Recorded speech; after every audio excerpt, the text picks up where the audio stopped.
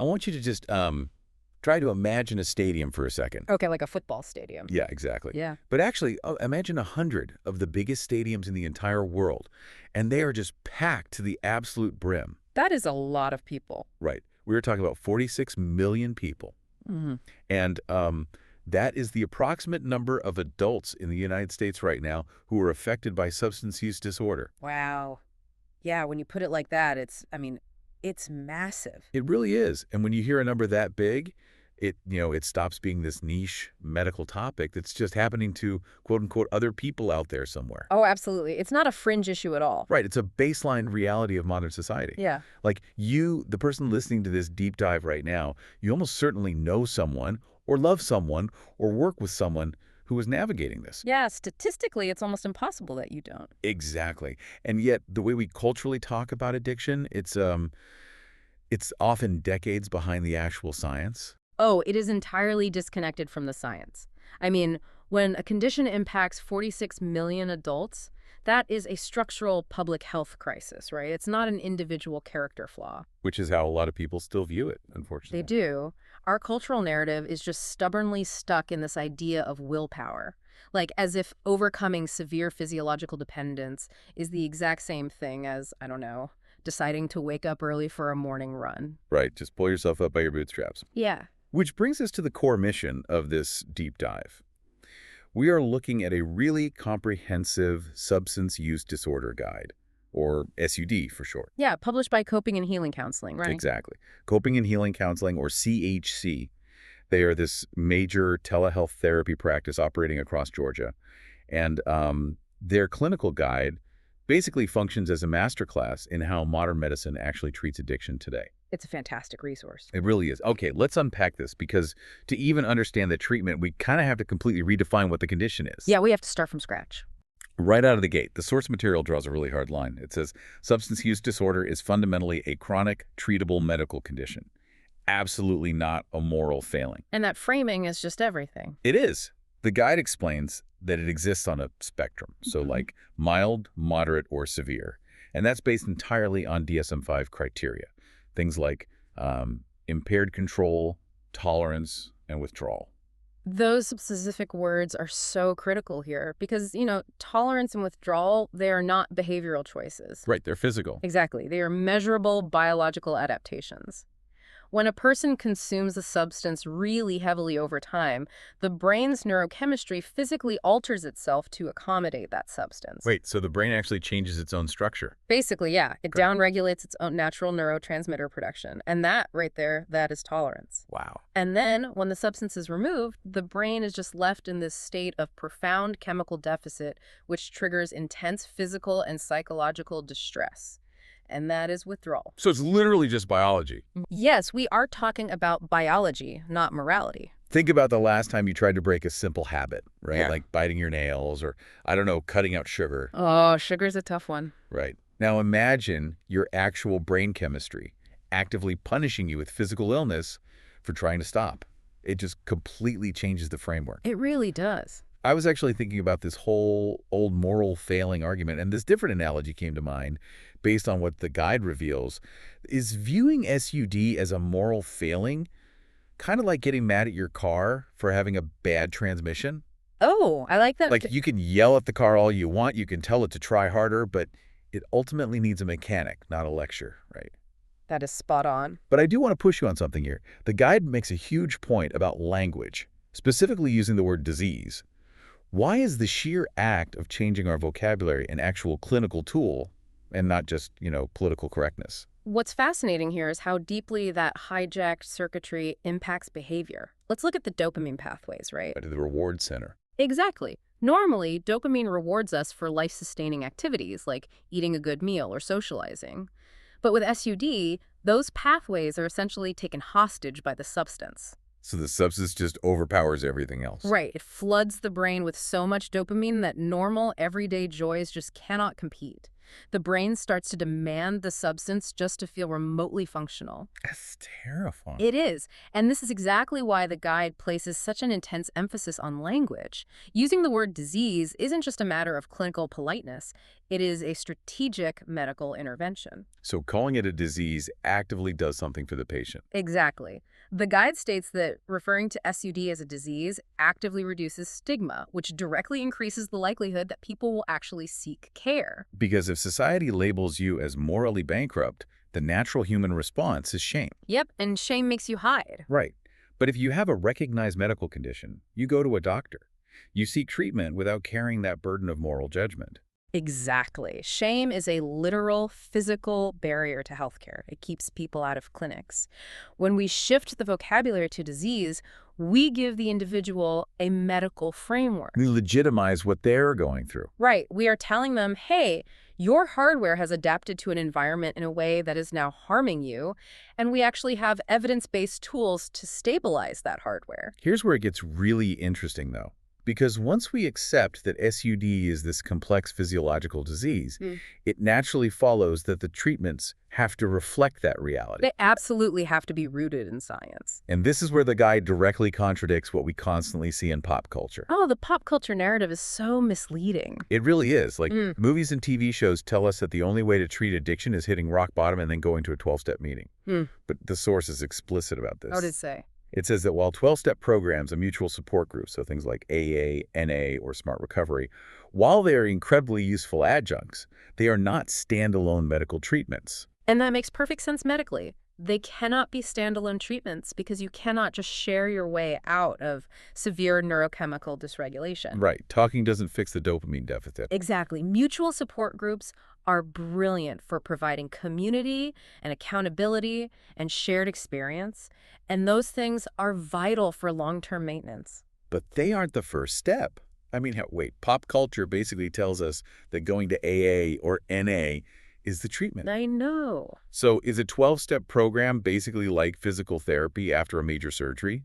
Like, it's absolutely vital for your recovery, but you still actually need the medical intervention, the surgeon first. That is a perfect analogy, yes. If a patient is experiencing acute withdrawal or their dopamine receptors are completely suppressed, relying solely on group support just completely ignores the medical emergency happening in their physical body. It's the difference between hardware and software, basically. Oh, I love that. Yeah, going to a mutual support group or even doing talk therapy, that's trying to reprogram the software.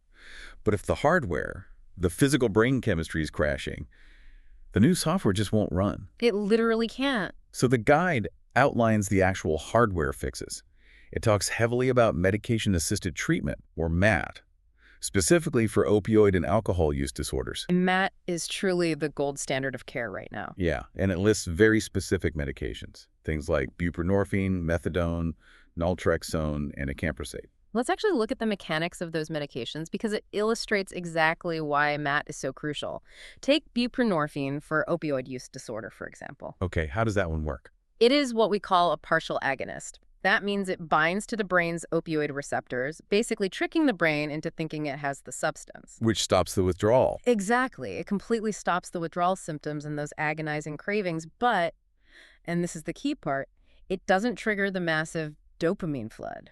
Oh, okay, so it doesn't get the patient high. Right. It simply turns off the biological alarm bells so the patient can actually function. Wow. And then naltrexone works differently, right? Or it's an antagonist. Correct. Naltrexone essentially puts a lock on the receptor. So even if the person somehow introduces the substance to their body, it physically cannot bind to the receptor. Meaning there is no euphoric effect at all. Exactly. And then, you have the physiological complexities of alcohol withdrawal, which is a whole different beast. Yeah, the guide mentioned that unlike opioid withdrawal, alcohol withdrawal can actually be clinically fatal. Yes, due to GABA receptor downregulation. Let's expand on that for a second because I think the listener really needs to understand the gravity of this. Alcohol artificially boosts GABA, right, which is the brain's primary calming chemical. Right. And at the same time, it suppresses glutamate, which is the excitatory chemical. So over time, the brain just stops producing its own GABA to balance out the massive amounts of alcohol. So if a person just suddenly stops drinking cold turkey, they have zero calming chemicals left, and their excitatory chemicals just go completely unchecked. oh, wow. Yeah. And this leads to severe tremors, hallucinations, and potentially fatal seizures. You just cannot treat that with sheer willpower or a 12-step meeting. You treat that with rigorous medical intervention. That makes total sense.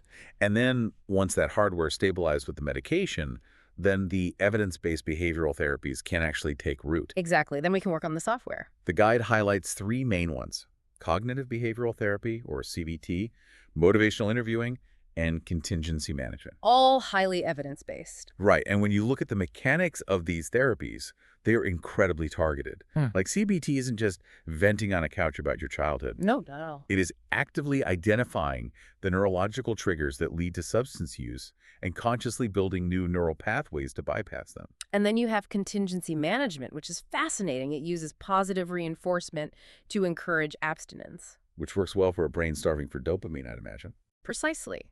By providing tangible, immediate rewards for things like negative drug screens, you are essentially hijacking the brain's reward system back in a healthy direction. That is so smart. And what about motivational interviewing? That works to resolve the patient's internal ambivalence.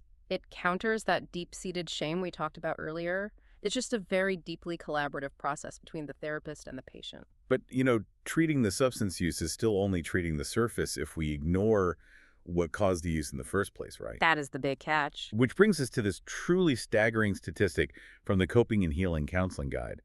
They note that approximately 50% of people with substance use disorder have a co-occurring mental health condition. Half of the population we are talking about. That is 23 million adults who are simultaneously navigating SUD and a mood disorder, an anxiety disorder, or just profound trauma. So the substance use is often just a coping mechanism. Exactly. It's a deeply ingrained coping mechanism for a nervous system that is already completely overwhelmed. And the source makes it abundantly clear that treating these co-occurring disorders is the only way to meaningfully improve SUD outcomes.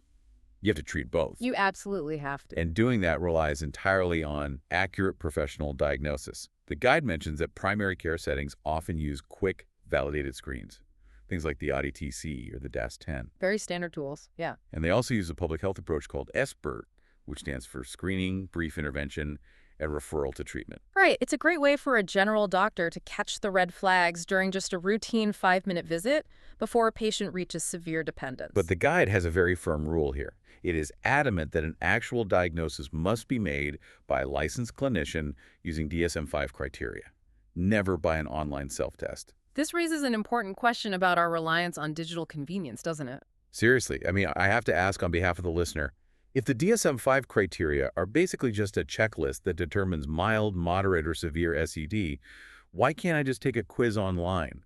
We take online quizzes for literally everything else. I know. We live in an era where we want an app or a quick online quiz to give us an immediate answer for everything, but let's look at the actual mechanics of co-occurrence. Right. I used to think those online checklists were enough.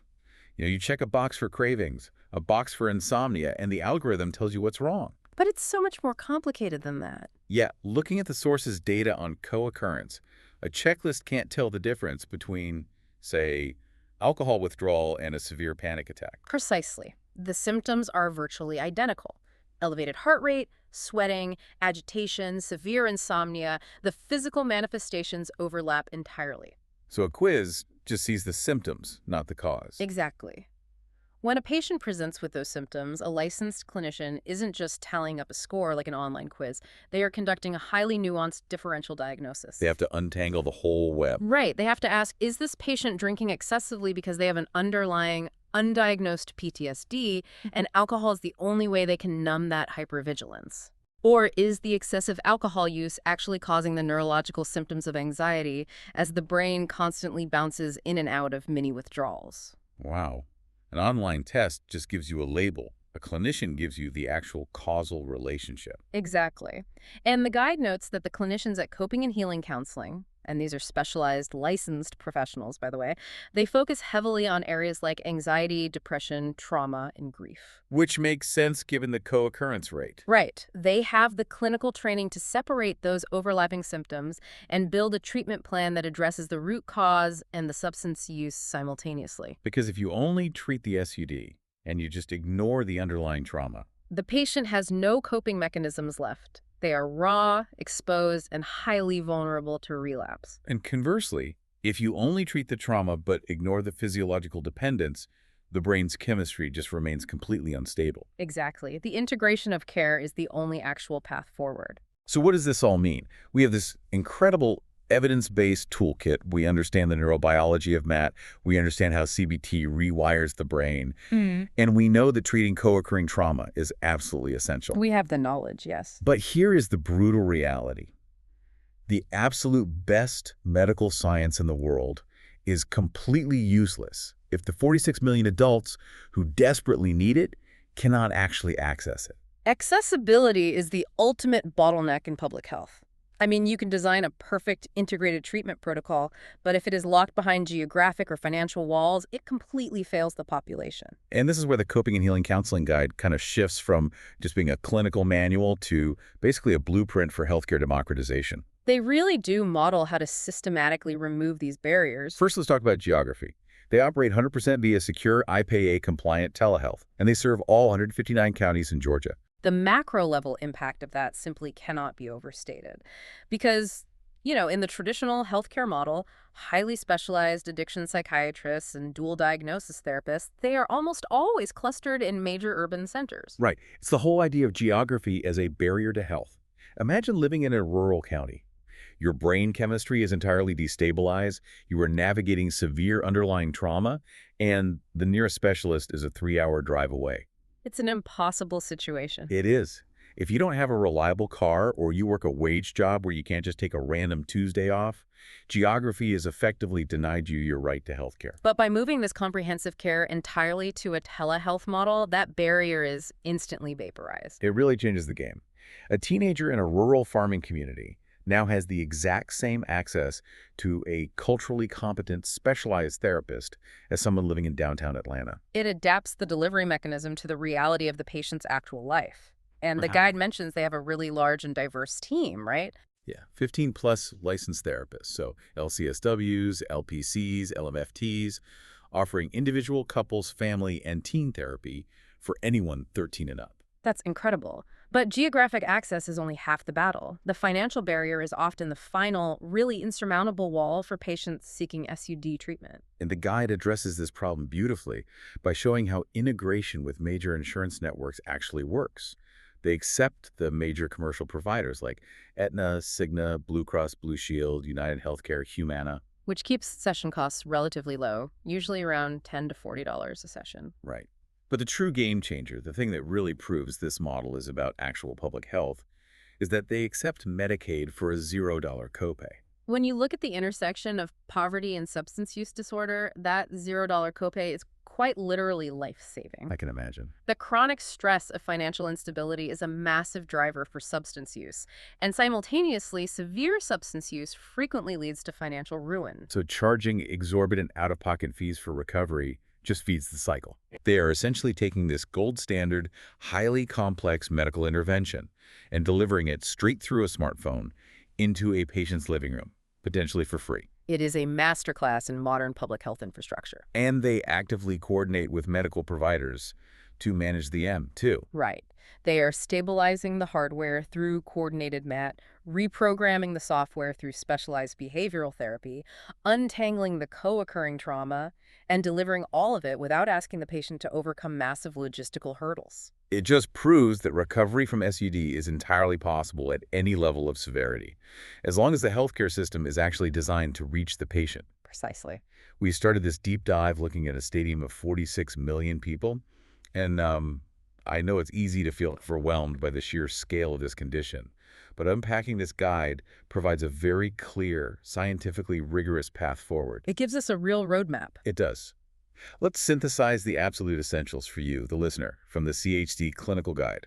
First, we have to fundamentally retire the concept of willpower in addiction.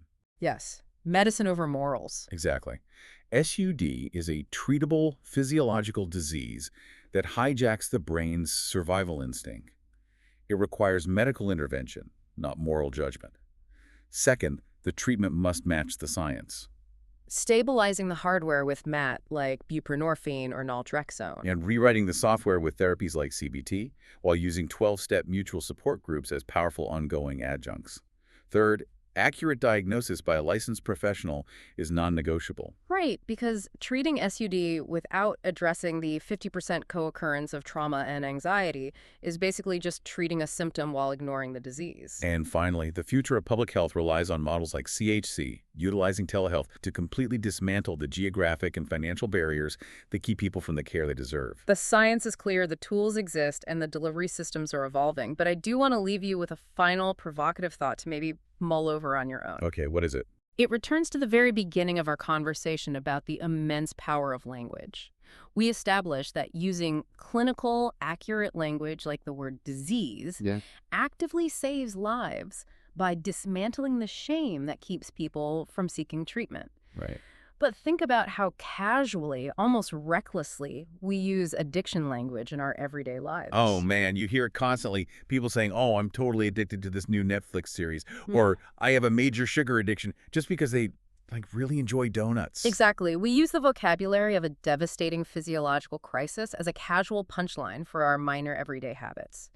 But if clinical language is a crucial tool for public health, we really have to ask ourselves what our casual language is doing. That's a great point. When we dilute the severity of the word addiction by applying it to our streaming habits or our hobbies, Mm. are we inadvertently minimizing the reality of those 46 million adults whose neurochemistry is actively fighting against them? Are we subtly keeping the stigma alive? Right. By implying that their chronic medical condition is basically no different than our lack of discipline around a TV show. The words we choose shape the reality we live in. And in the context of substance use disorder, those words dictate who feels safe enough to ask for help. Wow. Language shapes our healthcare. That is definitely something I'm going to be thinking about every single time I catch myself reaching for those words. Thank you so much for joining us on this deep dive. Keep questioning the narratives around you. Stay curious, and we will catch you next time.